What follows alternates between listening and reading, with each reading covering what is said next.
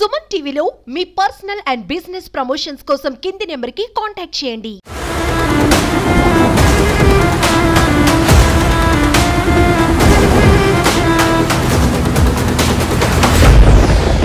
Welcome to Suman TV. Telugu రాష్ట్రాలకి మళ్ళీ భారీ వర్ష సూచన ఉన్నట్టుగా తెలుస్తుంది. ముఖ్యంగా తెలంగాణలో అనేక ప్రాంతాల్లో మోస్తరు వర్షాలు కురిసే అవకాశం కనిపిస్తుంది.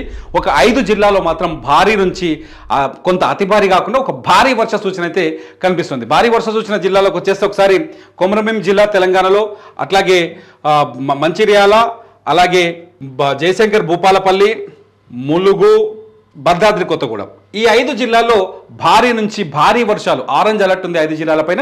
ఈ 5 జిల్లాలకి భారీ వర్ష సూచన ఉన్నట్టుగా తెలుస్తుంది. రాత్రి హైదరాబాద్లో గట్టిగా పడ్డది వాన.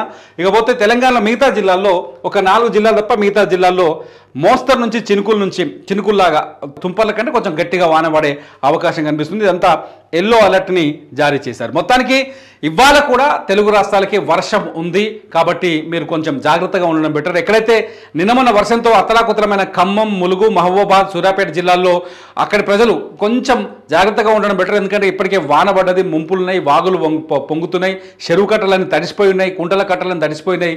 ఒకవేళ గట్టి వాన పడితే మాత్రం ప్రమాదం ఉంటుంది. కొంచెం జాగ్రత్తగా ఉండడం బెటర్. ఇక ఆంధ్రప్రదేశ్ గోదావరి ఒకసారి ఏలూరు, ఈస్ట్ గోదావరి, కాకినాడ జిల్లాలకి ఇవాళ ఆరెంజ్ అలర్ట్ని జారీ చేసింది వాతావరణ శాఖ. ఈ జిల్లాల్లో భారీ వర్ష సూచన ఉందని అనుకోవాలి. ఈ జిల్లాలో ఖచ్చితంగా భారీ వర్షాలు పడే అవకాశం కనిపిస్తుంది. ఇక ఎల్లో అలర్ట్ ఉంది మిగతా ప్లేస్లో ఒక 3 జిల్లాల్లో తప్ప మిగతా జిల్లాల్లో, ఇక్కడ రాయలసీమలో ఒక 3 జిల్లాలు తప్ప మిగతా చోట్ల అన్ని చోట్ల ఎల్లో అలర్ట్ చూపిస్తుంది వాతావరణ శాఖ.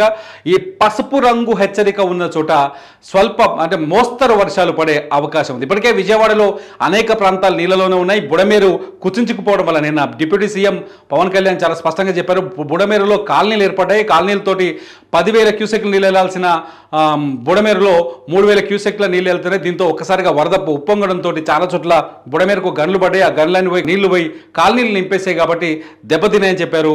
వాతావరణ శాఖ అదే చెప్తుంది, ముఖ్యమంత్రి అదే చెప్తున్నారు, ప్రభుత్వం అదే చెప్తుంది. కొంచెం జాగ్రత్తగా ఉండడం బెటర్. మళ్ళీ విజయవాడ మీద వర్షం పడొద్దని మనం కోరుకుందాం.